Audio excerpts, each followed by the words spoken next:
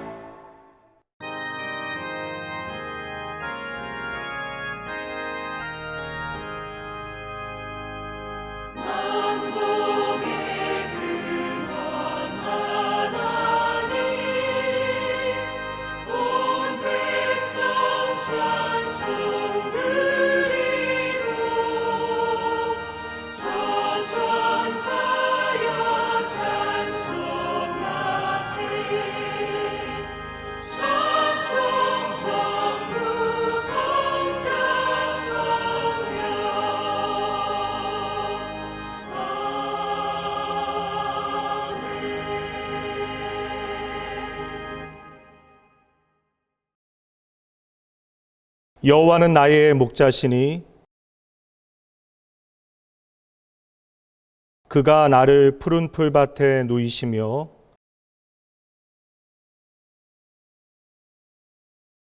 내 영혼을 소생시키시고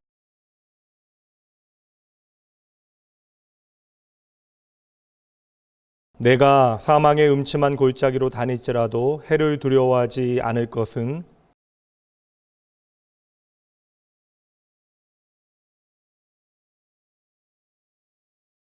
주께서 내 원수의 목전에서 내게 상을 차려 주시고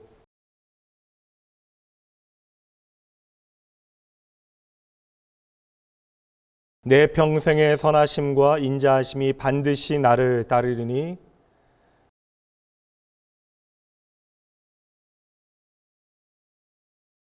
전능하사 천지를 만드신 하나님 아버지를 내가 믿사오며 그 외아들 우리 주 예수 그리스도를 믿사오니 이는 성령으로 잉태하사 동정녀 마리에게 나시고 본디오 빌라도에게 고난을 받으사 십자가에 못 박혀 죽으시고 장사한 지 사흘 만에 죽은 자 가운데서 다시 살아나시며 하늘에 오르사 전능하신 하나님 우편에 앉아 계시다가 저희로서 산자와 죽은 자를 심판하러 오시리라. 성령을 믿사오며 거룩한 공예와 성도가 서로 교통하는 것과 죄를 사하여 주시는 것과 몸이 다시 사는 것과 영원히 사는 것을 믿사옵나이다. 아멘.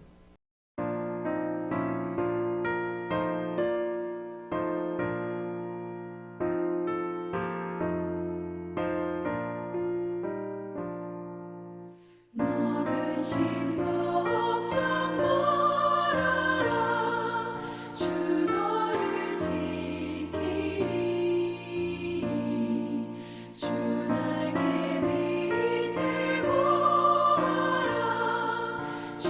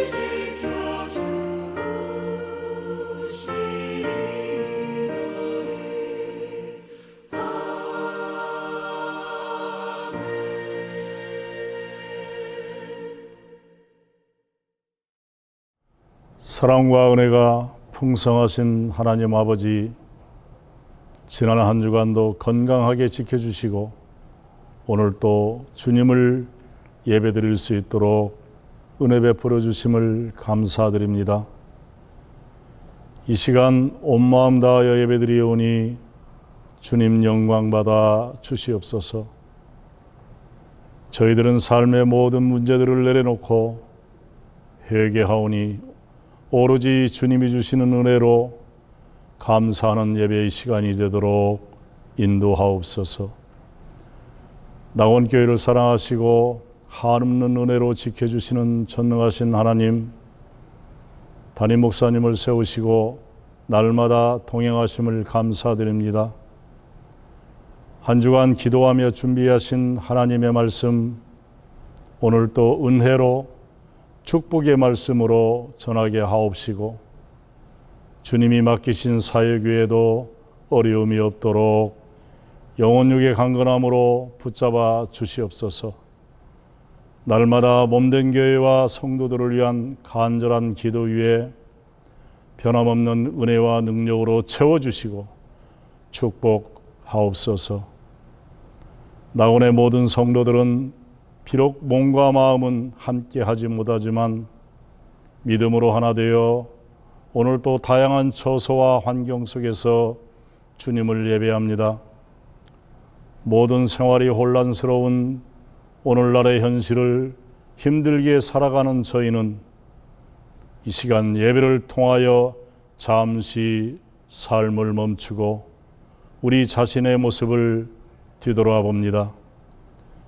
주님, 현실의 어려움을 이겨내며 주님이 가르쳐 주시는 삶의 뜻을 깨달아 더욱더 건강한 믿는 자의 모습으로 저희들을 인도하여 주시옵소서.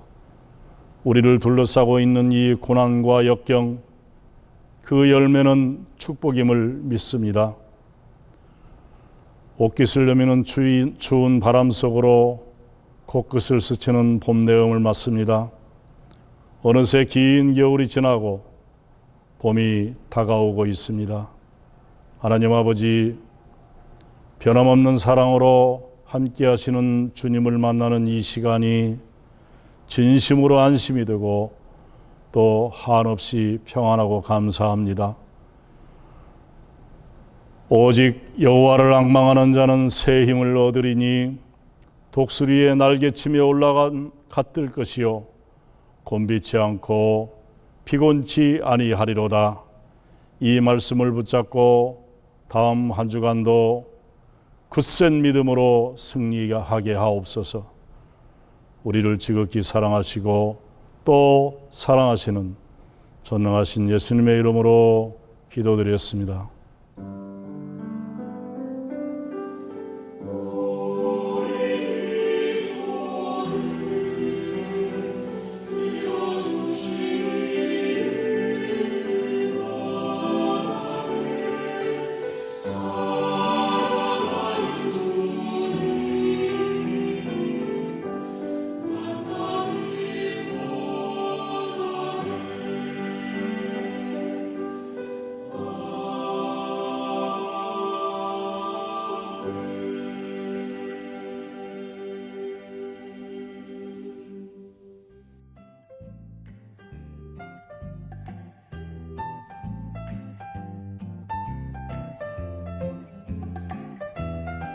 (2021년 2월) 마지막 주일 낙원교회 교회 소식입니다. 할렐루야! 오늘 주일 현장 예배와 온라인 예배로 함께 하신 여러분 모두를 주님의 이름으로 환영합니다. 예배 안내 드립니다.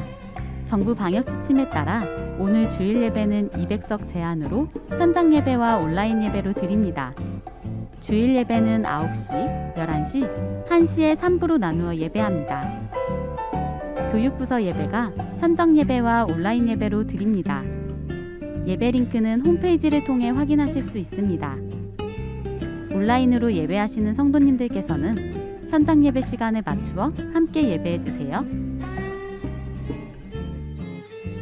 안전한 회중 예배를 위해 교회 안에서도 거리두기를 실천해 주시기 바랍니다. 교회 밖에서의 성도의 일상적 교제도 은혜와 사랑을 담아내야 합니다. 성도 간 만남에 있어서도 마스크를 꼭 착용하시고 방역수칙을 잘 지켜 책임감 있는 성도의 모습을 보여주세요. 낙원교회 가족이 기도로 새로운 한 달을 시작하는 무지개 가족 새벽 기도회가 이번 주 3월 6일 토요일에 있습니다. 예배는 6시에 시작합니다. 2021년의 첫 번째 설교 주제 걱정 말아요 그대여 라는 주제로 말씀이 선포됩니다.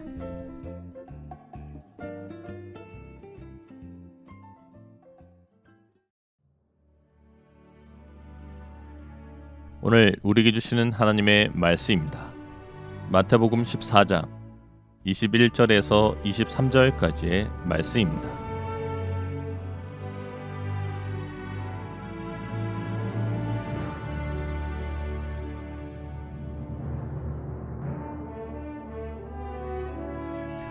먹은 사람은 여자와 어린이 외에 5,000명이나 되었더라. 예수께서 즉시 제자들을 재촉하사 자기가 무리를 보내는 동안에 배를 타고 앞서 건너편으로 가게 하시고 무리를 보내신 후에 기도하러 따로 산에 올라가시니라. 저물매 거기 혼자 계시더니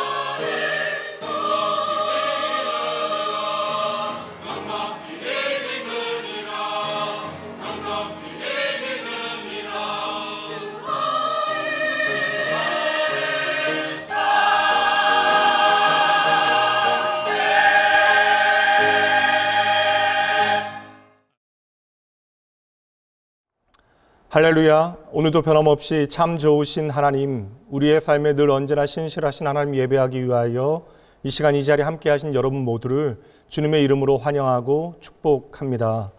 이 시대가 얼마나 속도에 열광하는 세대인지에 대해서는 설명할 필요가 없을 듯 합니다.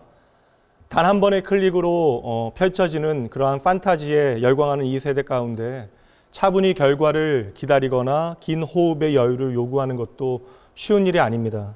예전에 영어회화 일주일이면 끝장낸다라고 하는 책도 웃음밖에 나오지 않았지만 얼마 전에는 영어회화 10분에 끝내기라고 하는 영상 광고를 볼 때는 저 또한 정말 그럴 수만 있으면 얼마나 좋을까라는 생각도 해보았습니다. 저희 집 골목으로 들어가는 초입에 로또 복권방이 있는데 한순간에 벼락부자가 되어지는 것을 꿈꾸는 수많은 사람들이 쉼없이 들락거리고 있습니다. 사이비 교조와 같이 한순간의 투자로 인생 역전의 대박을 약속하고 있는 이 시대의 속도 경쟁은 그렇게 사람들의 마음을 미혹하고 현혹하는 것이죠. 그러다 결코 원하지 않았던 불청객, 코로나로 인한 팬데믹이 우리의 삶에 찾아온 것입니다. 그리고 모든 속도 경쟁이 한순간에 멈춘 듯 1년이라고 하는 시간이 훌쩍 지나가고 있어요. 여전히 팬데믹이라고 하는 현실은 우리에게 무겁고 지난한 과제가 되어지지만 그러나 그 가운데 한 가지의 유익을 우리는 발견하게 되어집니다. 이 빠른 속도와 경쟁이 우리의 삶을 보다 행복하게 하여 줄 것이라고 우리는 믿었건만 이제는 감당 못할 경쟁으로 더 많은 사람들이 낙오하게 되어진 것이죠. 그러다 팬데믹으로 강제로 멈추게 되어진 이 기다림의 자리에서 우리는 이 기다림의 의미가 무엇인지를 배우고 있는 것입니다. 이 시대는 기다림을 저주와 같이 불행과 같이 생각했는데 어쩔 수 없이 잠시 멈추어 우리는 다시 깨닫게 되어지는 것이죠. 세상과 인생을 참으로 아름답게 만드는 것은 빠른 속도가 아니라 기다림이라고 하는 사실을 우리는 배우게 되어집니다. 부모의 사랑이 아름다운 까닭은 그 자식에 대하여 기다리고 또 기다리고 기다려주기 때문이죠. 모든 이 땅의 소중한 것은 기다림을 통하여 만들어지는 것이고 더 소중한 것은 더 긴 기다림을 통하여 우리에게 주어지는 것입니다. 물론 말은 참으로 좋은데 우리의 삶의 기다림이라고 하는 것은 결코 쉬운 일이 아니죠. 개인적으로 생각할 때 목회가 어려운 까닭도 바로 이 기다림 때문입니다. 하나님의 말씀을 마음을 다하여 전하였다 하더라도 금방 성도의 삶이 변하지는 않잖아요. 금방 변할 것이라고 생각하게 되어지면 목회자의 마음과 사역도 어느새 피폐해지고 무너지게 되어질 것입니다. 그러니 저 역시 기억해야죠. 그 형편없던 제자들을 오랫동안 기다렸던 예수님의 사랑, 그리고 전혀 답없는 이 땅을 향한 하나님의 오랜 기다림이 바로 오늘 우리의 소망이 되어지는 것입니다. 그러니 여러분, 이 기다림의 시간 너무나 힘들어하지 마시고 초조해하지 마세요. 참으로 쉽지 않은 시간인 것도 맞고 이 회복이 참으로 더딘 듯하지만 차분히 우리가 이 시간을 기다리다 보면 어느새 봄이 찾아오는 것과 마찬가지로 모든 것이 제자리를 찾게 되어질 것입니다. 부디 이 기다림의 시간을 통하여 신실하신 하나님을 향하여 여러분의 발걸음이 더욱더 힘이 붙어야 할 것이고 바쁘게만 달리던 나의 삶을 의도적으로 잠시 느리게 만들어서 함께 믿음의 길을 걷고 있는 이들의 좋은 친구가 되어 주셔야 합니다. 오늘 잠시 멈추어 인생의 참된 의미, 그 기다림의 소망이 무엇인지를 발견하기 위하여 함께 믿음의 길을 걷고 있는 우리에게 이 말씀이 참으로 유익할 듯합니다. 시편 62편 1절과 2절 말씀입니다. 함께 천천히 읽어보죠. 나의 영혼이 잠잠히 하나님만 바라며 나의 구원이 그에게서 나오는도다. 오직 그만이 나의 반석이시요 나의 구원이시요 나의 요새이시니 내가 크게 흔들리지 아니하리로다. 아멘. 여러분 힘내셔야 돼요. 그리고 이 모든 기다림의 시간을 하나님의 축복의 시간으로 믿고 여러분 이 시간들을 잘 이겨내셔야 합니다. 잘하실 거예요. 오늘 이 시간에는 걱정하지 말아요. 그대여 8번째 시간 다시 승리하게 하십니다라는 제목으로 저와 여러분을 향하신 하나님의 마음 함께 따라가 보도록 합니다. 하나님께서는 오늘 이 시간에도 그의 사랑하시는 모든 믿음의 백성들이 오직 믿음으로 이 세상 가운데 이기기를, 승리하기를 원하시는데요. 그러나 우리가 한번 제대로 이긴다 할지라도 그 다음에 계속해서 실패하고 또 실패하게 되어지면 그것은 승리라고 말할 수 없는 일이 되어집니다. 만약 우리 사랑하는 믿음의 자녀들이, 그리고 우리의 가정과 일터에서 우리들이 계속해서 승리를 경험할 수 있다면 이것이 얼마나 큰 은혜이며 축복이 되어지는 일입니까? 예수님께서는 이 땅의 모든 상황 가운데 언제나 승리하시는데 주님께서는 단 한 번 승리하시는 것으로 끝나시는 것이 아니라 이기고 또 이기셨고 심지어 죽음과 저주의 십자가에서까지 끝내 승리하셨습니다. 그를 통하여 우리에게 보여주시는 것이 있어요. 우리의 염려와 걱정 가득한 인생 가운데 이기고 또 이길 수 있는 비결, 계속해서 승리할 수 있는 믿음의 원리가 무엇인지 오늘 말씀을 통하여 친히 우리에게 교훈해 주시는데요. 오늘은 특별히 본문의 말씀 22절과 23절에 집중해서 우리가 다시 승리하게 되어지는 비결, 다시 이길 수 있는 비결이 무엇인지 주님을 통하여 함께 배워보도록 하죠. 다시 승리할 수 있는 첫 번째 비결이 22절 말씀에 담겨져 있습니다.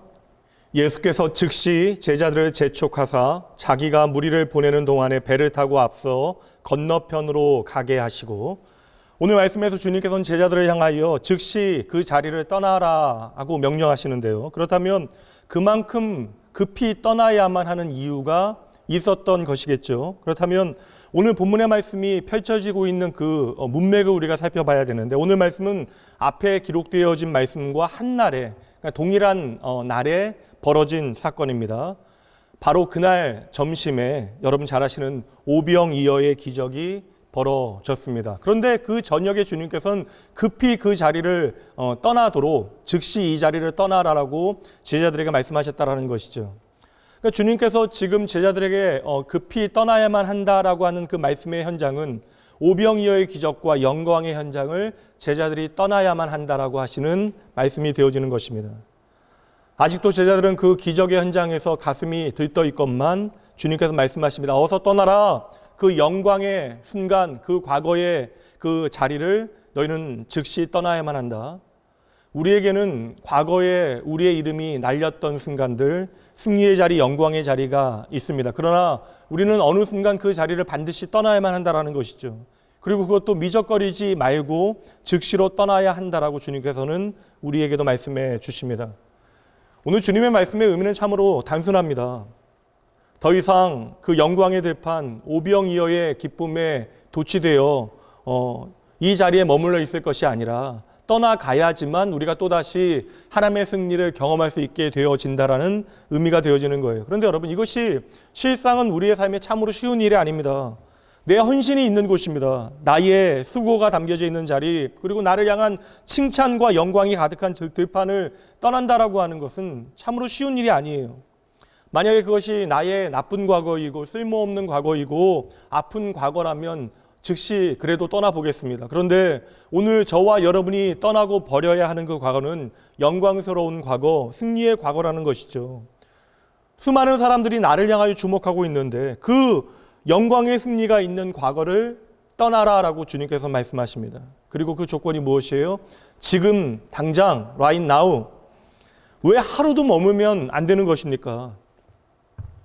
수많은 리더십과 경영에 관계되어진 책에서도 탁월한 개인이나 집단이 되어지기 위해서는 이미 의미를 잃어버린 과거와 그 모든 과거의 영광으로부터 과감하게 떠나야 된다. 그 과거의 영광을 과감하게 버려야 한다라고 조언합니다. 과거의 영광에 취해서 발목을 잡히게 되어지면 미래의 승리를 위하여 한 걸음도 내디딜 수 없다라는 것이에요. 그래서 과거의 영광에 매달려 경쟁력을 잃어버린 거대한 공룡과도 같은 기업들에 대하여 우리에게 소개해 주는데, 저의 기억 속에서도 사진과 필름 하면 코닥이었는데, 코닥은 2012년 140년 만에 상장 폐지되어지게 됩니다. 전문가들은 코닥의 그 실패를 과거의 성공이 그 회사를 죽였다라고 이야기해요. 재미있는 사실은 코닥은 이미 1975년, 지금으로부터 45년 전에 디지털 카메라를 이미 개발했다라는 거예요. 세계 최초로 개발했습니다. 그럼에도 불구하고 사진 분야만큼은 디지털 시대가 오지 않을 것이라고 단언하게 되어졌고, 그리고 그 당시는 코닥이 세계 최고의 성공을 경험하고 세계 1등이었을 때입니다. 이외에도 승리의 과거에 사로잡혀서 앞으로 나가지 못하는 결과를 보여주는 세상의 예들은 참으로 많을 것이에요. 그러나 여러분, 저는 이 시간 어떠한 경영학의 원리나 세상의 원리가 결국엔 그러하다라는 것을 여러분에게 말씀드리고자 하는 것이 아닙니다. 도리어 믿음의 사람들은 세상의 가치와는 전혀 다른 선택을 해야만 하고 그러한 세상의 가치를 버려야 하는 순간들이 훨씬 더 많아요. 도리어 저는 여러분들에게 성경이 보여주고 있는 인간의 본성과 우리의 마음의 성향이 무엇인지에 대하여 말씀드리고자 하는 것입니다. 우리에게는 승리했던 그 자리, 그 영광스러운 과거의 자리에 안주하고자 하는 그러한 마음들이 있다라는 것이에요. 어떤 대형 교회에서는 출신 학교별로, 직업별로 혹은 지역별로 모이기도 합니다. 이민교회에서 교회를 섬길 때에는 한국의 대표적인 대형교회 출신의 사람들이 따로 모이는 것을 본 적도 있습니다. 다들 이야기하기는 효과적인 섬김과 나눔을 위하여 그렇게 모인다라고 이야기하는데 과연 정말 그렇습니까? 단순히 이것은 특정 집단의 문제만을 이야기하고자 하는 것이 아니라 심지어 교회 안에서조차 과거의 영광을 끝없이 쫓아 살아가게 되어진다면 우리의 일상 가운데서는 이 세상 가운데 얼마나 과거의 영광에 매여 살아가겠느냐 하는 것이죠. 오늘 주님께서는 얼마나 급하셨으면 제자들을 향하여 즉시 그 자리를 떠나라고 여러 번 재촉하십니다. 그러니까 제자들이 안 가려고 하니까 그 자리에 취해 있으니까 주님께서는 등을 떠밀어 가도록 하시는 것이죠. 이 예수님의 마음을 이해한 바울 사도는 이렇게 말합니다. 빌립보서 3장으로 가볼게요. 13절부터 말씀 봅니다. 형제들아, 나는 아직 내가 잡은 줄로 여기지 아니하고 오직 한 일, 즉 뒤에 있는 것은 잊어버리고 앞에 있는 것을 잡으려고 표대를 향하여 그리스도 예수 안에서 하나님이 위에서 부르신 부름의 상을 위하여 달려가노라. 바울 사도가 뒤에 있는 그 과거의 모든 영광을 버려둘 수 있었던 이유, 그것들을 버려두고 떠날 수 있었던 이유는 아주 분명합니다. 자기 앞에 있었던 표대, 인생의 목적이 무엇인지를 그가 똑바로 보고 있기 때문이라는 것이에요. 그러니 성도 여러분, 지금 우리가 취해 있는 그 오병이어의 영광은 진짜 영광이 아니라는 것이죠. 그러니 우리는 앞에 있는 것을 잡기 위하여 그 과거의 영광의 자리를 떠나야 하는 것입니다. 앞에 있는 그 새로운 영광이 우리의 삶의 목표가 되어지는 것이죠. 다시 말하면 예수 그리스도를 붙잡는 것이 우리의 진짜 영광이 되어지기 때문에 우리는 과거의 그리고 오늘의 영광이 더 이상 취해 그 자리에 머물 수 없는 것입니다. 그래서 바울 사도는 말하는 것이죠. 뒤에 있는 모든 영광을 내가 이제 잊어버리겠다. 그리고 믿음의 걸음을 한 걸음 한 걸음 걸어가겠다. 그렇다면 우리는 무조건 그 모든 영광의 자리를 떠나야만 하는 것입니까? 우리가 그 영광의 자리를 떠나게 되어질 때에는 우리가 왜 떠나는가를 제대로 알고 있어야 합니다. 그것이 중요한 것이죠. 다시 보면 22절 말씀해 보면 예수님께서는 재촉해서 가라라고 이야기하실 때 그 가는 목적지를 알려주세요. 눈에 보이는 지정학적인 목적지는 바로 건너편에 있는 베세다로 가라라고 주님께서는 말씀하십니다. 우리는 과거의 영광을 떠나 그 자리를 떠나 새로운 자리로 가게 되어질 때 승리할 수 있는데 그것은 무조건 그 자리를 떠나는 것에 목적이 있는 것이 아니라 어떠한 기준이 있다는 것이에요. 그럼 여러분 그 기준이 무엇이에요? 그 기준은 바로 주님의 말씀이 되어지는 것이죠. 제자들이 지금 떠나가는 이유가 무엇입니까? 바로 주님께서 그들에게 말씀하셨기 때문에 제자들은 떠나가는 것이에요. 그런데 보세요 여러분, 제자들이 떠나가야 하는 곳은 영광과 기적의 자리, 다시 말하면 많은 사람들이 그들을 향하여 환호하고 박수쳐주는 그러한 성공의 자리라는 것입니다. 그런데 앞으로 가게 되어지는 그 베세다는 영광이 머무는 땅이 아닙니다. 게다가 그 땅을 가기 위하여 제자들이 통과해야 하는 곳이 있으니 그것이 바로 바다, 그 바다가 갈릴리 바다입니다. 그리고 제자들은 주님께서 명하신 곳으로 가기 위하여 그 바다를 지나게 되어질 때 두 가지를 만나게 되어져. 첫 번째는 어두운 밤이에요. 그리고 감당 못할 풍랑이 그들의 가는 여정에 찾아오게 되어집니다. 베세다로 가는 길의 환경은 떠나온 곳의 승리와 비교되어지지 않아요. 그 영광의 환경과는 너무나 지나치게 대조적입니다. 한쪽은 너무나 영광스러운데 그리고 많은 사람들이 인정해주고 칭찬해주는 자리인데 말씀이 가라라고 명령하고 있는 그 자리는 어떠한 자리예요? 밤이에요. 아무것도 보이지 않는 자리, 게다가 내가 감당할 수 없는 풍랑이 내 삶에 닥쳐오는 공간이 되어지는 것입니다. 지금 제자들은 주님의 말씀에 순종해서 떠나왔는데 떠나온 그 자리에 홀로 한밤중에 풍랑을 만나서 어찌할 바를 모르는 것입니다. 힘겹게 노르젓고 있지만 아무것도 되지가 않아요. 막막하기만 합니다. 게다가 예수님이 그 자리에 함께 하시지 않아요. 오병이어의 기적을 보여주신 주님이 안 보이는 것입니다. 저는 제자들이 이것이 더 두려웠을 것 같아요. 주님께서 나와 함께 하셔야 되는데 그 풍랑 가운데 어둠 가운데 주님이 나와 함께 하지 않으셨다는 것이죠. 그렇다면 왜 주님께서는 제자들에게 떠나가라 라고 명령하셨으면서 그들을 홀로 두셨을까요? 주님께서 그 순간 하셨던 일이 무엇인지 성경은 보여주는데 23절 말씀 보도록 합니다. 무리를 보내신 후에 기도하러 따로 산에 올라가시니라. 저물매 거기 혼자 계시더니 예수님께서 제자들을 떠나가라고 명령하신 후에 주님께서는 따로 산에 홀로 올라가 계셨대요. 그리고 제자들이 풍랑 가운데 고난을 당하게 되어지자 지금 그 산 위에서 예수님께서는 제자들을 바라보고 계시는 것입니다. 다시 말해서 산에 올라서 오늘 말씀에 따라 움직이고 있는 순종하고 있는 제자들을 바라보고 계셨다라는 것이죠. 그렇다면 여러분 반대로 이야기해 보면 하나님이신 예수님께서는 제자들이 말씀에 순종하게 되어질 때 그 바다에서 풍랑을 만나게 되어질 것을 다 알고 계셨다라는 것이죠. 그렇다면 여기서 참으로 중요한 질문이 나옵니다. 그럼 왜 예수님께서는 일부러 한밤중에 제자들을 풍랑 가운데 몰아 넣으신 것일까요? 여러분 왜 그럴까요? 예수님께서는 당신의 제자들이 과거의 영광에 그 가짜 영광의 그림자에 취해 있기를 바라지 않으셨던 것입니다. 그리고 그들로 하여금 하나님의 영광의 실체가 무엇인지 이 땅에서의 진짜 성공이 무엇인지를 제대로 보게 하시려는 것이죠.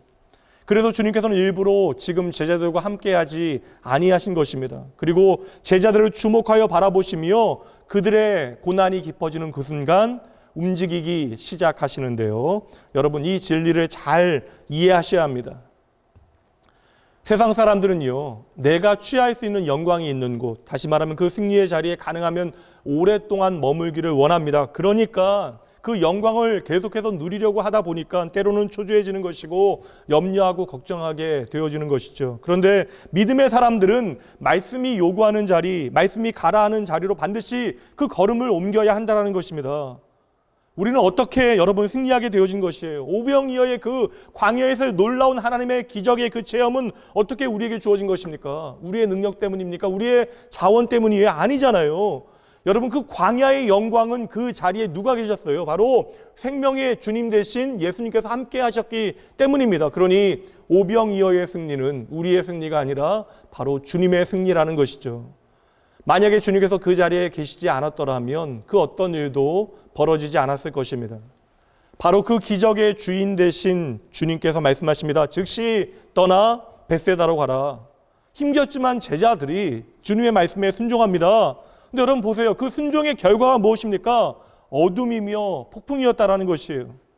그래도 괜찮아요. 문제가 되어지지 않아요. 전혀 상관이 없다라는 것입니다. 왜요? 그들이 말씀을 따라 움직이기 시작했을 때 그 자리에 누가 찾아오세요?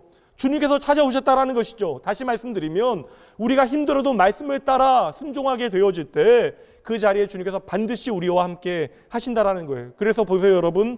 지금 제자들이 한밤중에 폭풍을 만나 어찌할 바를 모를 그때에 주님께서는 폭풍을 헤치고 무리를 친히 걸어오고 계시는 것이죠. 여러분 무리를 걷는 예수님에 대하여 신기하게 생각하거나 이상하게 생각할 필요 없어요. 저에게 더 이상한 것은 창조주 하나님이신 예수님께서 왜 이러한 수고를 마다하지 아니하시냐 하는 것이죠. 예수님은 하나님이십니다. 그냥 산 위에서 바람아 잔잔하라 한마디만 하시면 됩니다. 그렇잖아요. 아예 그 바람을 막아 주실 수 있는 분이 바로 예수님이십니다. 그런데 왜 예수님께서는 지금 이 말도 안 되는 수고를 일부러 하시냐라는 것이죠. 여러분 이것에 대하여 궁금해 하셔야 합니다. 그래야 여기에 담겨져 있는 하나님이신 예수님의 마음이 무엇인지를 우리는 깨닫게 되어지는 것이에요. 하루 종일 고단하게 사역을 계속하셨던 주님께서 왜 그 깊은 밤 풍랑을 헤치고 무리를 걸어 제자들에게 찾아오십니까? 그것도 급하게 오시잖아요. 그리고 제자들이 있는 배 위에 기어코 올라가십니다. 그냥 오시면서 말씀하셔도 되는데 왜 구태여 제자들이 있는 그곳까지 주님께서 친히 찾아오십니까? 도대체 무엇을 그 배 위에 있는 제자들과 오늘 저와 여러분에게 보여주기 원하시는 것일까요? 여러분, 오늘 이 사건은 눈에 보이는 영광의 자리, 그 안정되어지는 세상의 자리를 오직 말씀에 의지하여 떠나는 사람, 그래서 말씀에 순종한 그 결과가, 그 자리가 고통의 자리, 슬픔의 자리, 아픔의 자리라 할지라도 주님께서는 반드시 그곳에 찾아오시겠다라는 약속을 우리에게 보여주고 있는 거예요. 내가 반드시 너희와 함께 할 것이라는 약속을 보여주시는 것이죠. 말씀에 순종하는 사람에게, 말씀에 순종하는 그 자리에 주님께서 임마누엘 동행하시겠다 약속해 주시는 것입니다. 여러분, 이 약속의 말씀은 오늘 팬데믹이라고 하는 풍랑 가운데 있는 우리에게도 동일해요. 유효합니다. 그 자리가 어둠과 풍랑이 있을지라도 우리가 더 이상 걱정할 필요가 없다라는 것입니다. 그 어둠을 내가 주관하고 그 풍랑을 내가 만들었다라고 주님께서 말씀해 주시는 거예요. 이것이 바로 말씀에 순종하는 사람들이 그 어떤 형편 가운데서도 두려워하지 않을 수 있는 이유가 되는 것입니다. 오늘도 이 시간 주님께서 저와 여러분을 향하여 말씀하십니다. 오늘 너희가 붙들고 있는 오늘의 영광, 너희의 오늘의 자랑을 떠나가라. 이 자리들이 너희의 자리가 아니다. 말씀에 의지하여 그것들을 떠나라. 성도 여러분, 저는 낙원교회가 계속해서 성장했으면 좋겠습니다. 낙원교회를 통하여 한 영혼이 잃어버린 하나님께서 그 찾으시는 한 영혼이 하나님께로 돌아오면 좋겠어요. 성장은 하나의 승리의 증거가 되어지는 것입니다. 그러나 교회가 성장한 다음에 우리가 여기가 좋사오니 하면서 그 자리에만 머물려고 한다면요, 당장 오늘 이 아름다운 예배당에서 우리끼리만 행복한 것이 전부가 되어진다면요, 우리의 싸움이 단지 이 자리를 지키고 머무는 싸움만 한다면 그 즉시 교회는 생명력을 잃게 되어지는 것이죠. 여러분, 교회의 목적은 단지 눈에 보이는 성장이 전부가 아닙니다. 그것이 우리의 최종 목표가 아니라는 것이에요. 우리들의 변하지 않는 목적, 교회의 존재의 목적은 언제나 하나님의 말씀이어야 한다는 것입니다. 그리고 교회가 교회되어질 수 있는 것은 바로 그 하나님의 말씀에 대한 순종이 있을 그때에, 다시 말하면 말씀을 그 중심에 두고 말씀이 가라는 그곳으로 우리가 끊임없이 움직여 나갈 때 그 교회는 또 다른 하나님의 기적, 하나님의 승리를 경험하게 되어지는 것이죠. 그러므로 여러분, 반드시 기억하셔야 합니다. 하나님의 말씀이 있는 곳에, 그 말씀을 듣고 행하는, 사랑하는 하나님의 백성이 있는 곳에 하나님께서는 반드시 찾아오십니다. 그리고 하나님께서 찾아오시어 동행하시는 그 자리가 바로 승리의 자리가 되어짐을 믿으시기 바랍니다. 두 번째로 또다시 승리하게 되어지는 원리는 22절과 23절에서 두 번 반복되어지는 단어 가운데 담겨져 있습니다. 한번 잘 찾아보시죠. 제가 22절부터 읽습니다. 예수께서 즉시 제자들을 재촉하사 자기가 무리를 보내는 동안에 배를 타고 앞서 건너편으로 가게 하시고 무리를 보내신 후에 기도하러 따로 산에 올라가시니라. 저물매 거기 혼자 계시더니 찾으셨을 것 같아요. 표시를 다 해주셔서 22절 말씀에 보면 자기가 무리를 보내는 동안에, 그리고 23절 말씀에 보면 무리를 보내신 후에라고 같은 표현이 두 번이나 반복되어집니다. 우리가 두 번째 우리의 삶의 자리에서 다시 승리할 수 있는 원리는 바로 무리를 보내는 것, 다시 말하면 무리를 떠나는 그것에 있다라는 거예요. 우리가 말씀에 의지하여 첫 번째 과거의 영광을 떠나야 하고요, 두 번째는 다음은 무리를 떠나야 한다는 것입니다. 무엇을 의미하는 것일까요? 더 많은 무리를 만나고 그들에게 복음을 전하는 것이 예수님의 목적이었습니다. 그러나 우리가 반드시 그 무리를 떠나야 하는 순간이 있다라는 것입니다. 22절 말씀에 무리와 함께 있다, 홀로 예수님께서 되시던 순간이 언제입니까? 바로 기도하시는 순간이에요. 홀로 하나님과 대면하여 만나는 그 시간, 그 기도하는 시간이 무리로부터 홀로 떨어져야 하는 시간이라는 것이죠. 예수님께서 떠나 보내신 무리는 어떠한 사람들입니까? 예수님을 미워했던 사람들입니까? 욕하던 사람들이, 핍박하던 사람들입니까? 아니에요. 예수님을 너무나 좋아했던 사람들, 그 광야에서 깜짝 놀란 사람들, 예수님을 왕으로 삼으려 했던 사람들, 예수님을 2만 명을 먹인 존재로 칭송하고 그 제자들도 함께 높여주었던 사람들, 그렇게 그 자리에 있었던 무리들은 모두 예수님을 인정하고 칭찬하고 예수님께 주목하였던 사람들입니다. 성도 여러분, 저와 여러분이 얼마나 사람들의 인정을 갈급해하고 목말라 합니까? 내가 일하는 회사에서 얼마나 우리가 인정받기 위하여 열심히 다해 일합니까? 심지어 내 가정에서도 우리는 인정받기를 원하잖아요. 왜 반찬이 맛이 없다라고 말하는 남편과 아내들에게 화를 내십니까? 주부로서의 내 자리를 인정해 주지 않기 때문에 그러한 것이잖아요. 우리는 섬기는 교회에서도 내가 인정받기를 원합니다.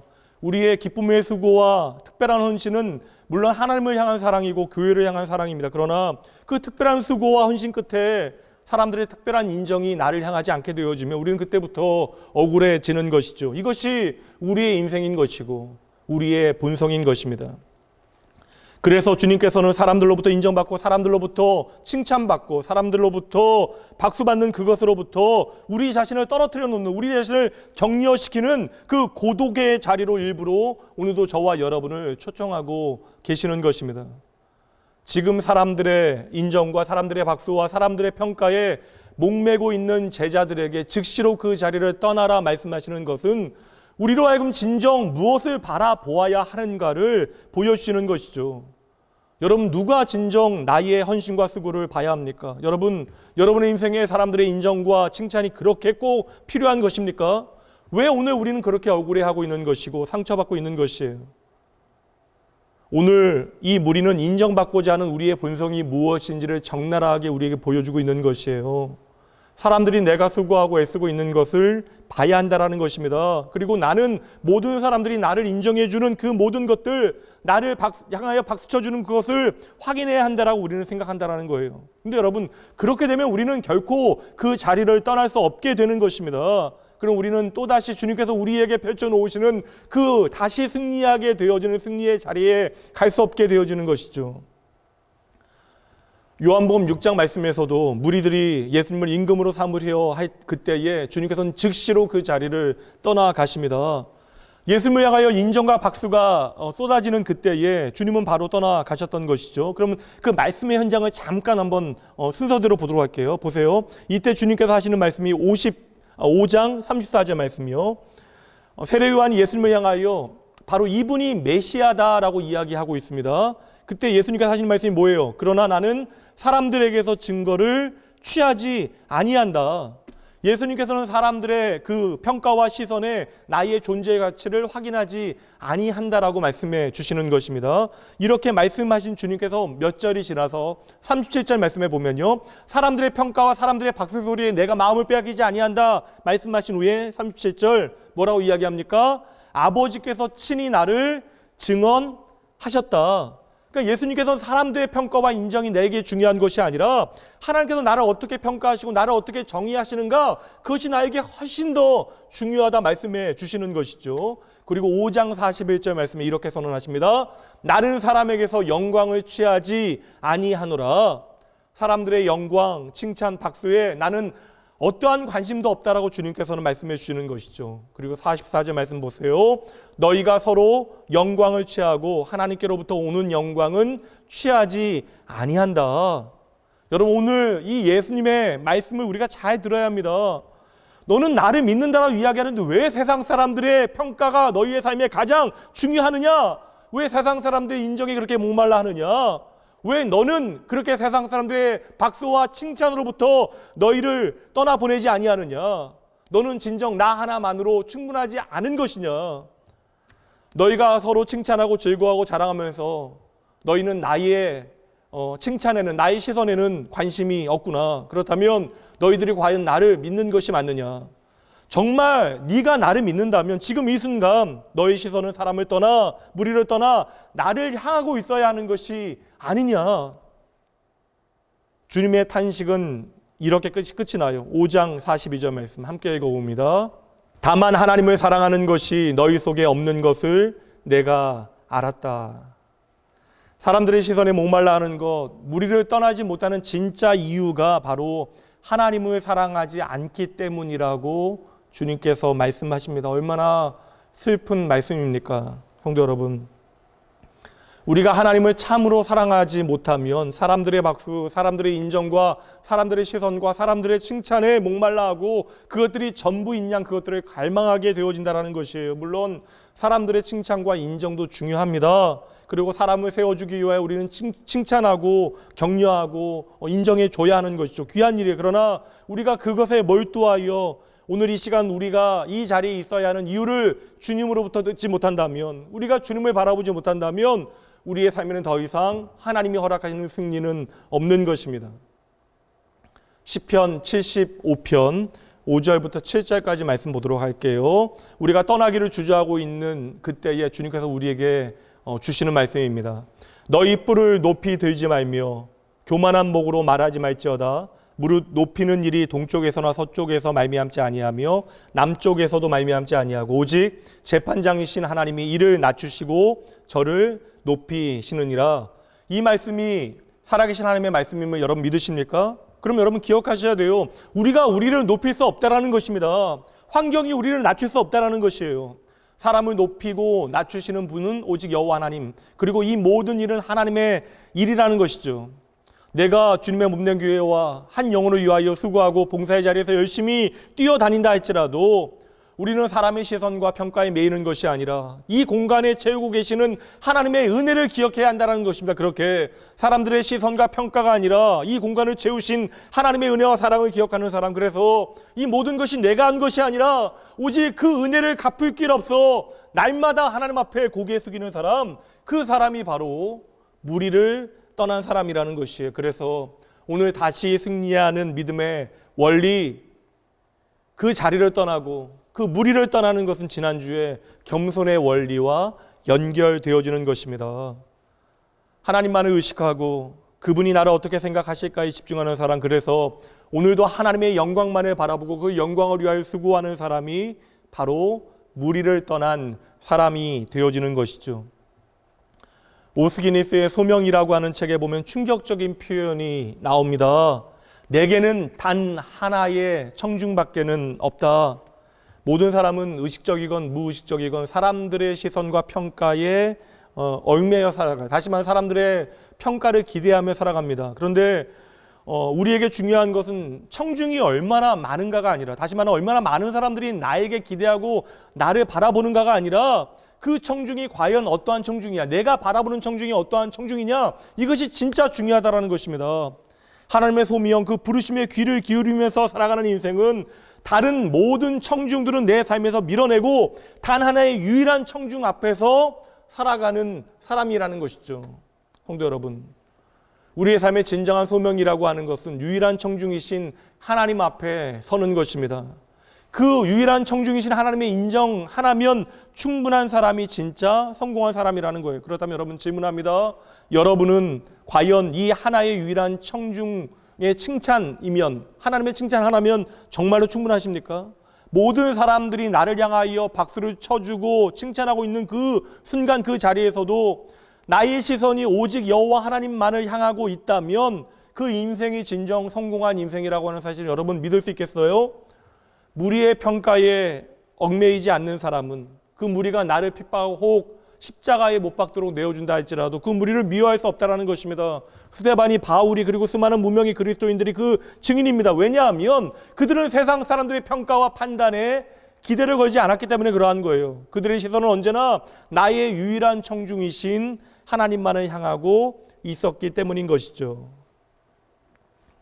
마지막 세 번째로 다시 승리할 수 있는 원리, 23절 말씀대로 기도하러 산에 올라가시는 주님을 통하여 우리가 발견하게 되어집니다. 주님께서는 제자들에게 그리고 오늘 우리에게 교훈하고 계시는 것이죠. 기도 응답이 있은 다음에도 주님께서는 계속해서 기도하십니다.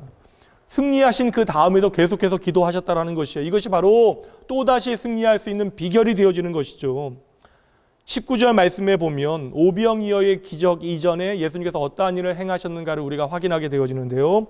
오병이어를 들고, 그 손에 들고 축사 하나님을 향해 기도하셨다라는 것이에요. 그리고 그 기도의 응답으로 오병이어의 기적이 그 광야에 펼쳐집니다. 여러분, 우리가 힘들고 어려울 때 하나님을 향해 기도하는 것 참으로 중요해요. 근데 막상 많은 사람들이 힘들고 어려울 때 기도하여야 한다라고 다들 말들 하지만 정말 힘들고 어려운 일이 닥치게 되어지면 누가 나를 도울 수 있는가 열심히 내 주변을 살피며 나를 도울 수 있는 사람들을 찾아 나서게 되어집니다. 그러니 여러분, 문제를 가지고 주님 앞에 믿음으로 나아가는 것, 기도할 수 있는 것, 이것은 여러분 하나님을 참으로 신뢰하는 사람만이 할 수 있는 귀한 일이 되어지는 거예요. 그러나 여러분, 우리가 간절히 기도한 다음에 응답을 받게 되어지면 많은 사람들이 기도를 쉬게 되어집니다. 왜요? 응답을 받았기 때문이죠. 그런데 오늘 예수님께서는 우리에게 친히 보여주십니다. 예수님께서는 응답 다음에도 계속해서 기도하셨다라는 거예요. 그러니까 기도 응답이 있었는데도 그 다음에 계속해서 기도하십니다. 그렇다면 예수님의 기도는 목적이 달랐다라는 것이죠. 예수님께서는 그 기도 응답 자체가 목적이 아니라 기도 응답을 주시는 하나님이 예수님의 기도의 목적이었다라는 것이죠. 기도를 통하여 우리가 하나님의 응답을 받게 되어져요. 그런데도 계속해서 기도합니다. 그렇다면 그 사람이 붙들고 있는 것은 기도 응답이 아니라 기도의 대상 되신 하나님을 붙들었기에 계속해서 기도하는 것입니다. 또다시 승리할 수 있는 방법, 문제에 대하여 그 문제에 대한 응답이 목적이 되어지는 것이 아니라 응답을 주시는 하나님을 더 사랑하는 사람, 그 사람이 바로 승리의 사람이 되어진다는 거예요. 그러니까 기도는 쉬지 않고 해야 하는 것이죠. 쉬지 않고 기도한다라고 하는 것은 여러분 기도의 양으로 승부 보겠다라는 것이 아니라 하나님과 쉬지 않고 교제하겠다라는 거예요. 계속해서 우리가 쉬지 않고 기도한다라는 것은 내 삶이 가장 중요한 목적이라는 거예요. 기도가.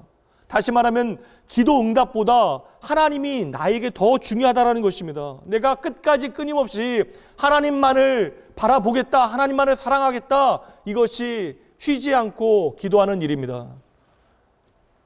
성도 여러분, 오직 하나님을 향하여 온통 그 마음이 기운 사람이 어떻게 이 세상 가운데 실패할 수 있겠습니까? 비록 세상이 그 사람을 향하여 오늘 실패했다 선언할지라도 하나님께서는 네가 이겼다, 네가 승리했다 말씀하실 것이에요. 우리가 가난할 때 기도하고 응답이 와서 부자가 되어지면 기도가 줄어듭니다.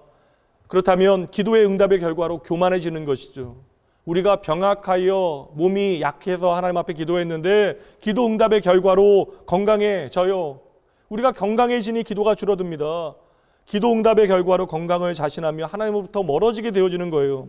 우리가 자녀의 성공을 위하여 간절히 하나님 앞에 기도했더니 그 응답의 결과로 자녀가 성공하게 되어지니 우리의 기도가 줄어듭니다. 그 응답의 결과로 그 자녀가 하나님을 바라보지 않아요. 우리가 또다시 실패하게 되어지는 이유는 응답 다음에 하나님을 향하여 더 이상 기도하지 않았기 때문입니다. 기도 응답 후에도 변함없이 끝까지 하나님 앞에 나아가 홀로 기도하는 사람, 그 사람은 평생토록 하나님 앞에 서게 되어지는 그날까지 승리하는 믿음의 사람이 되어지는 것이죠. 한 가난한 남자가 결혼하게 되어질 때 약혼녀에게 이렇게 말해요. 자기야 미안해. 지금 내가 돈이 없어서 좋은 반지, 좋은 집 준비하지 못하지만 5년 뒤, 아니 10년 뒤, 아니 20년 뒤 그때가 되어지면 당신이 나를 기다려주면 반드시 좋은 반지, 좋은 집 사줄게. 여러분, 그 순간 여자가 바라보는 것은 남자의 약속이 아닐 것이에요. 자신을 향하여 사랑의 눈으로 바라보는 그 남자의 마음을 여자는 신뢰하는 것입니다. 그렇다면 이 여자는 그렇게 말하겠죠. 아니야, 괜찮아. 오늘 당신이 나를 바라봐주는 그 눈빛으로 한결같이 나를 바라봐주기만 하면 돼.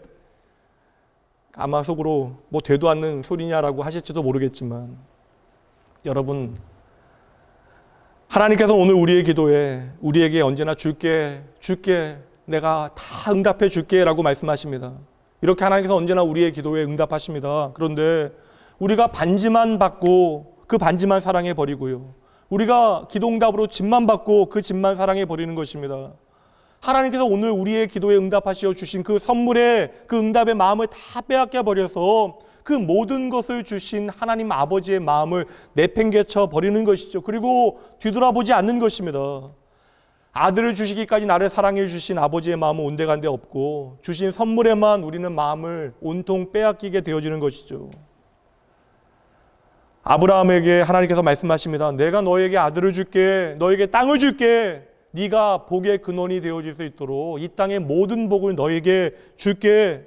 그리고 하나님께서는 아브라함에게 아들 이삭을 주시고요, 가나안 땅을 주시고 그를 거부로 만드시고 은근과 약대를 많게 하셨습니다. 그런데 이상해요. 아브라함은 모든 것을 응답받아 다 갖게 되어졌는데 하나 있었던 아들 이삭을 하나님 앞에 돌려드립니다. 땅이 주어졌고 물질이 많아지면 큰 집 짓고 잘 먹고 잘 살아야 되는데 아브라함 평생 천막 하나 짓고 살아갑니다. 그리고 히브리서는 그 이유를 우리에게 분명하게 설명해 줍니다. 아브라함은 본향을 사모하였더라. 하나님께서 주신 기도의 응답입니다. 이삭이요. 하나님께서 주신 기도의 응답이에요. 가나안 땅 하나님께서 주신 기도의 응답입니다. 은과 금과 수많은 약대. 아브라함은 내가 너에게 다 줄게 하시는 하나님의 마음이 무엇인지를 그의 평생을 통하여 깨닫게 되어진 것입니다. 그래서 아브라함이 마지막 고백하게 되어진 고백이 무엇입니까? 내가 돌아갈 고향, 나의 본향이 바로 하나님이라고 고백하고 있는 것이죠. 여러분 정말 멋지지 않아요? 우리는 이 고백 제대로 하기 위하여 오늘 이 시간을, 이 세대를 살아가고 있는 것입니다. 그렇다면 여러분도 그렇게 사셔야죠. 우리도 자식이 필요하고 집도 필요하고 돈도 필요합니다.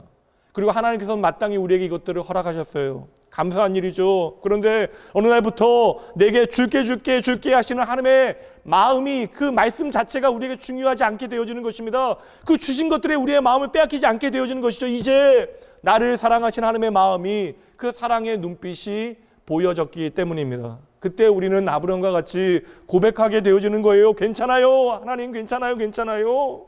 하나님 아버지 한 분이면 나는 충분합니다.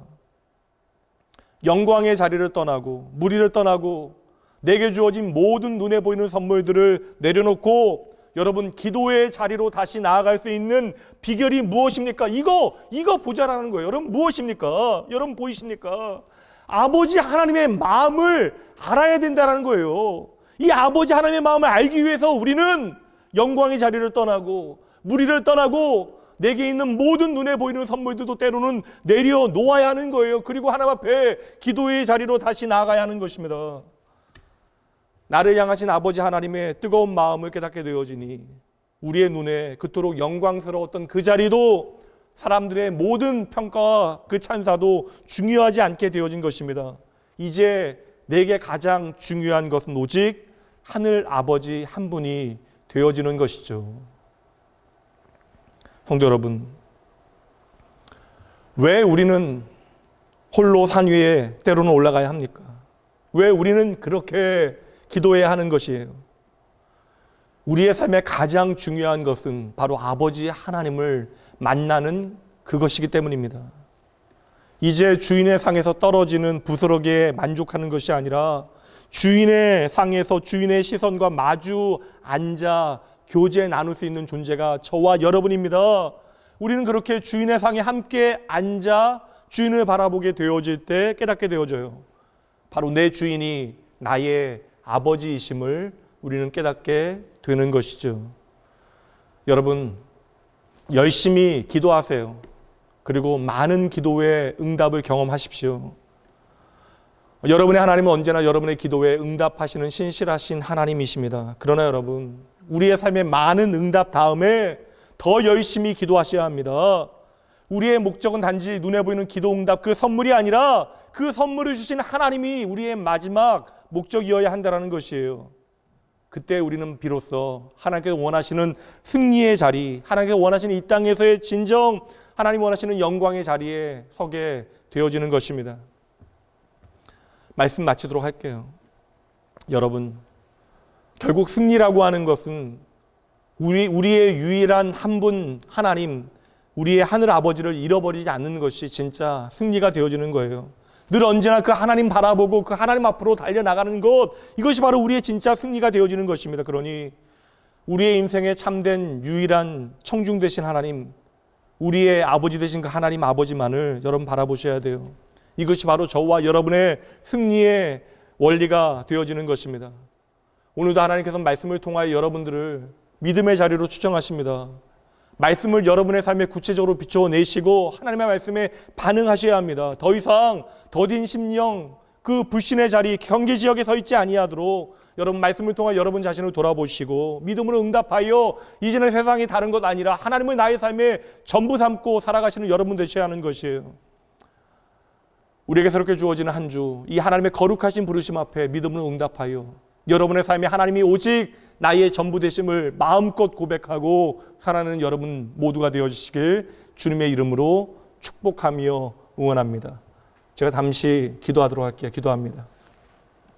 하나님 아버지, 우리의 삶의 모든 것이 하나님의 은혜이고 하나님의 선물입니다. 우리의 삶에 베푸신 하나님의 선물이 참으로 끝이 없습니다, 아버지. 그러나 그 헤아릴 수 없는 선물에 우리의 마음 빼앗기지 않게 하여 주시옵소서.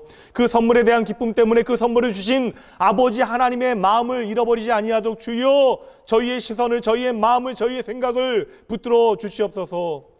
오병이어의 기적이 나의 목적 되어지지 아니하게 하시고 그 오병이어의 기적 가운데 담아놓으신 나를 향하신 아버지의 마음, 죽음으로 끝까지 나를 사랑하신 아버지 하나님을 믿음으로 바라보겠습니다. 주여, 저희들은 하나님의 거룩하신 부르심 가운데 믿음의 길을 걸어가는, 하늘 본향을 향하여 걸어가는 하나님의 자녀들입니다. 주여, 이 길을 혼자 떠나는 것이 너무나 두렵기만 합니다. 그러기에 주님께서 우리와 함께 하셔야 합니다.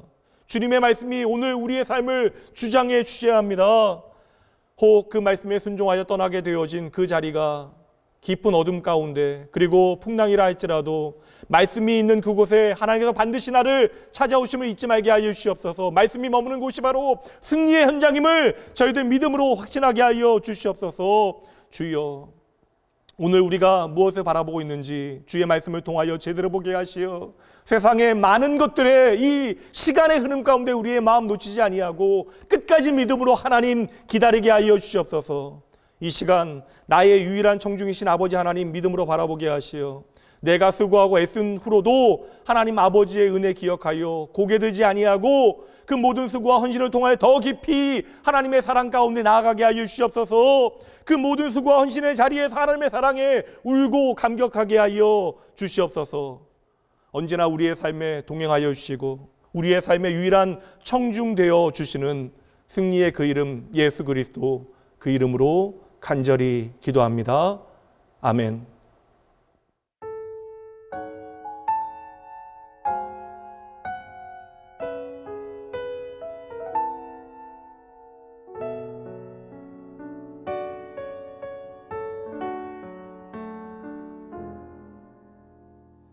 나의 영혼이 잠잠히 하나님만 바라며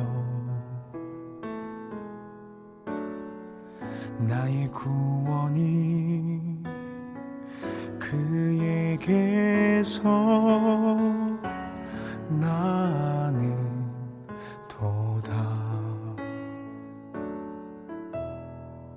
나의 영혼아 잠잠히 하나님만 바라라. 나의 소망이 저에게서 나는 도다. 오직 주만이 나의 반석, 나의 구원이시니.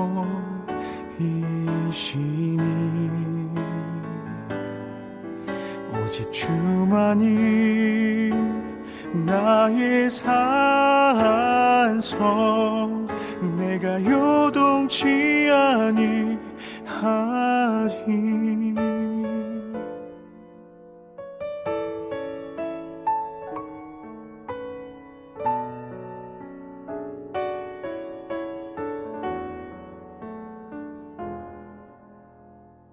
나의 영혼이 간절히 여호와를 갈망하며 나의 입술이 여호와를 찬양하리.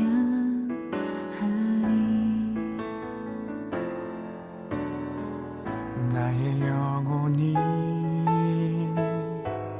즐거이 여호와를 따르리니. 나의 평생에 여호와를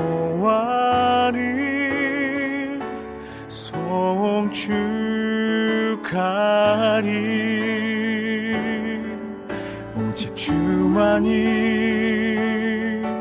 나의 반석 나의 구원이시니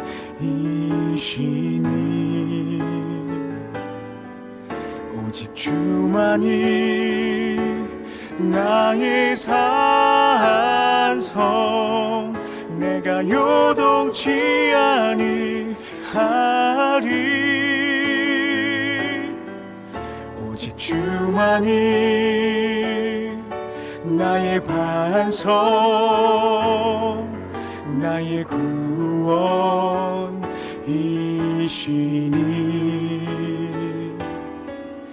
오직 주만이 나의 산성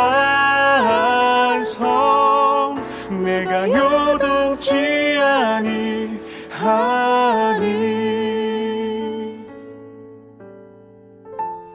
나의 구원 나의 영광 하나님께 있으니 내 힘의 반석과 피난처 되시네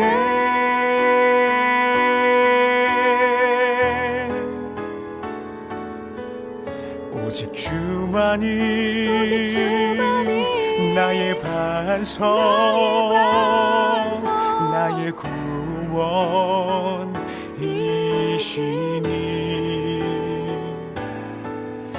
오직 주만이 나의 산성 내가 요동치 아니하리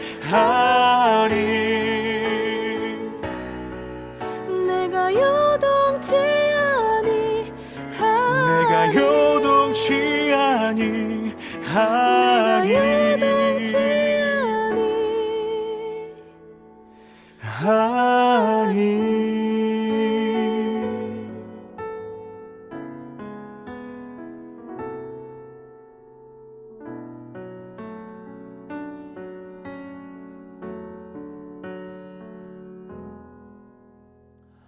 하나님, 우리의 삶의 모든 것이 진정 하나님의 은혜입니다. 주여, 이 시간 하나님의 그 놀라운 은혜와 사랑 기억하며 저희의 삶에 주어진 것들 중 일부를 하나님 앞에 돌려드립니다. 드려지는 이 물질과 함께 저희의 몸과 마음, 인생을 온전히 주님께 드리오니 아버지여, 기꺼이 하나님의 거룩하신 부르심에 믿음으로 응답하여 하나님께 내 자신을 드리는 주의 사랑하는 백성들의 삶을 기뻐 받아 주시고 이들을 통하여 하나님의 놀라운 생명의 역사와 변화의 증거와 주님의 영광만이 나타나게 하여 주시옵소서. 아버지, 참으로 주님을 향하여 마음은 있으나 환경과 여건이 허락되어지지 아니하는 이들을 주님께서 기억하여 주시옵소서.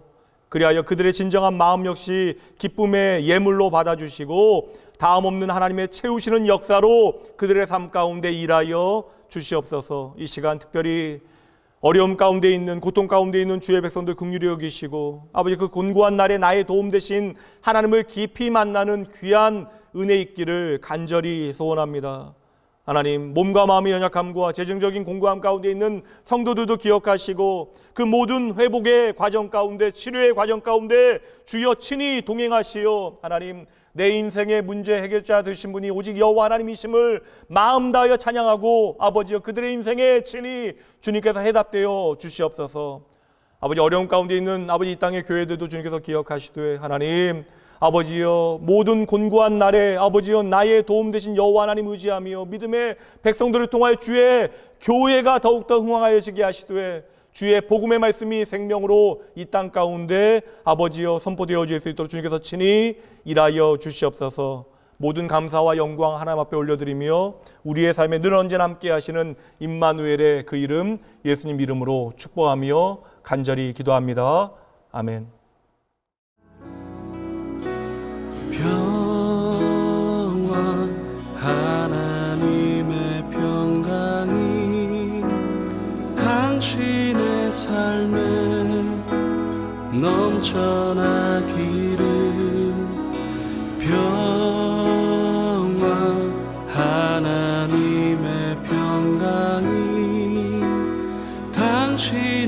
삶에 가득하기를 축복합니다.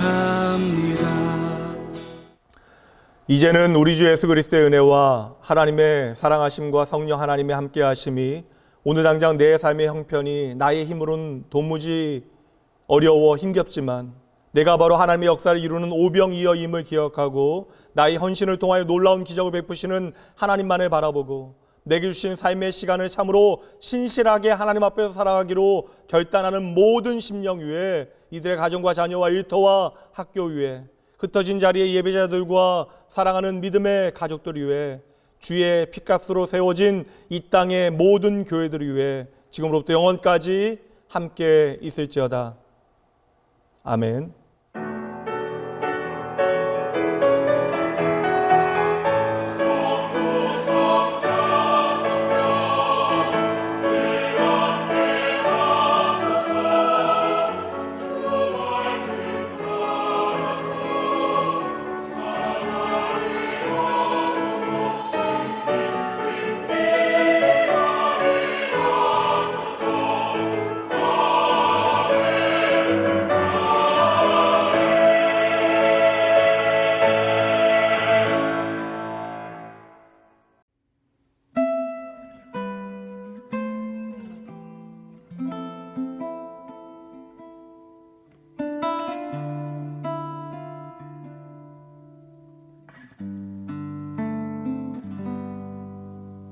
내 안에 가장 귀한 것 예수를 알미라.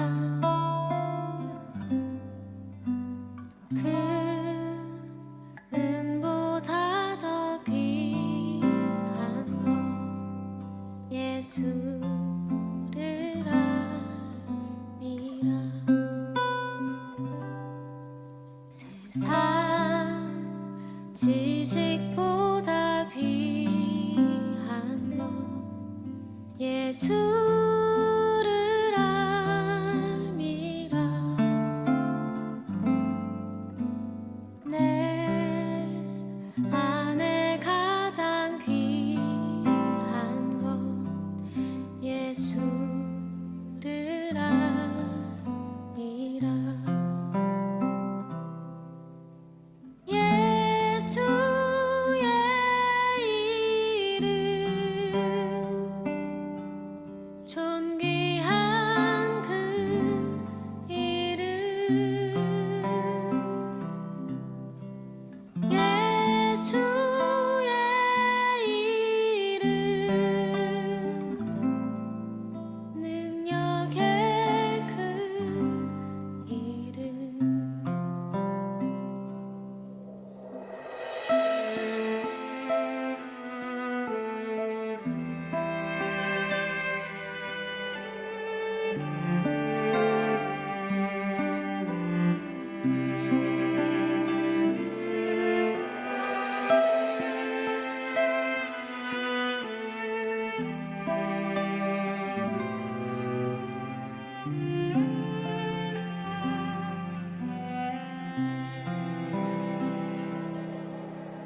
내 안에 가장 귀한 것 예수를 알미라.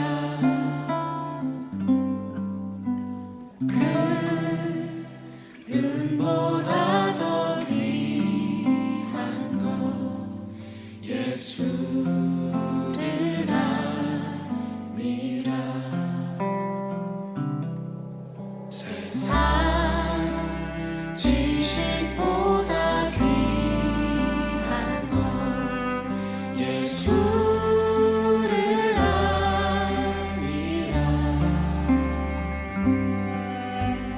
내 안에 가장 귀한 것 예수